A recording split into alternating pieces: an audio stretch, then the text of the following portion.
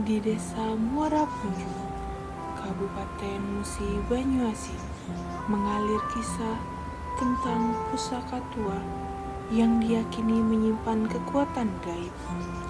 Suara gong itu terkadang terdengar tanpa sebab, membuat bulu kuduk berdiri. Pada tahun 1837, gong itu ditemukan oleh Duhalar, seorang tokoh terhormat di desa. Sejak saat itu, gong kanji diwariskan turun-temurun dan dihormati seperti pusaka keramat.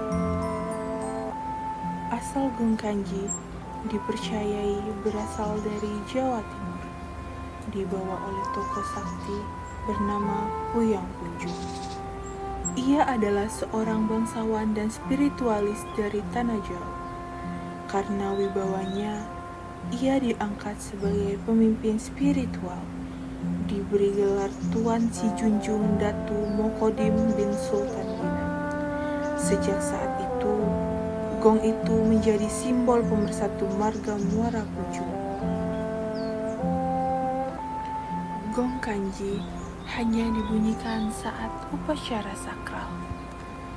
Ia adalah seorang bangsawan dan spiritualis dari Tanah Jawa. Detik-detik sebelum gong dipukul, seluruh desa menahan nafas. Suaranya menggema hingga ke bukit dan lembah. Dung, dung, dung. Ia menjadi pengiring kesenian adat, memadukan sakral dan hiburan dalam satu harmoni. Bukan hanya suara gong kanji menjadi denyut hidup dalam budaya Muara Punjung. Dua tokoh sakti, Abdul Wahab dan Nuraingsi, bersiap memulai ritual penyembuhan. Suatu malam, warga datang membawa harapan. Anaknya yang sakit keras, tabib tak berdaya. Suara gong pun berbunyi, dung dung dung. Konon, getaran suara gong itu menyentuh roh dan menyeimbangkan tubuh. Sejak itu, gong kanji dikenal sebagai penyembuh, bukan hanya sakit tubuh, melainkan juga sakit hati. Namun, tak semua orang tahu, gong kanji juga pernah membungkam pernikahan yang penuh kebohongan. Ada yang tak beres. Ups. Aku menyimpan dendam. Aku tak setuju pernikahan ini. Setelah niat jahat terbongkar, gong kanji menegaskan keberpihakannya pada kebenaran. Kini, gong kanji dijaga dengan hormat oleh keturunan Duhalar.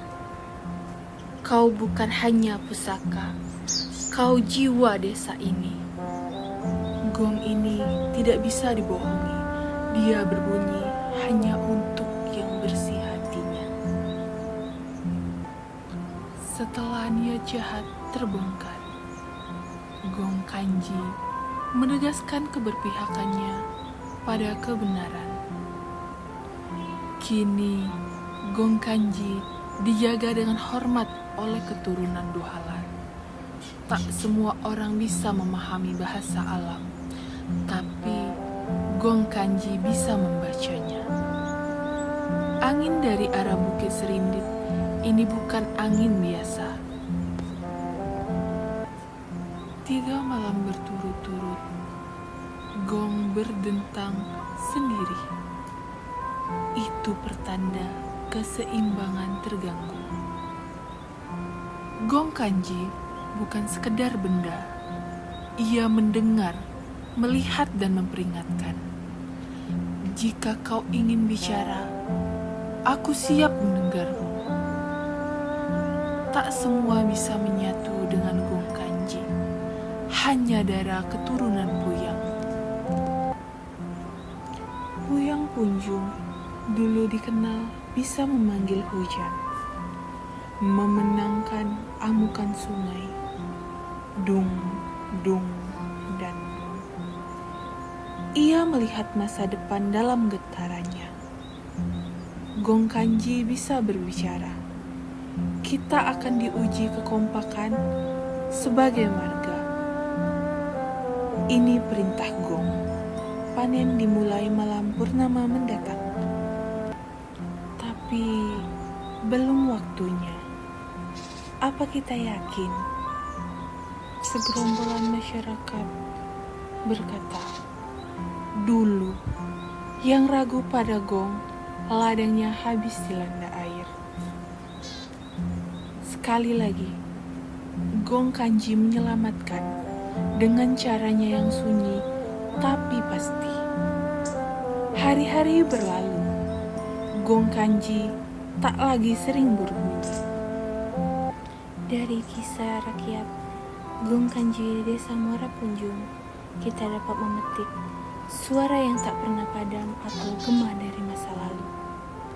Di antara suara alam dan bisikan leluhur, Gong Kanji tetap berdentang, tidak di telinga, tapi di hati orang-orang yang tak lupa dari mana mereka berasal. Terima kasih.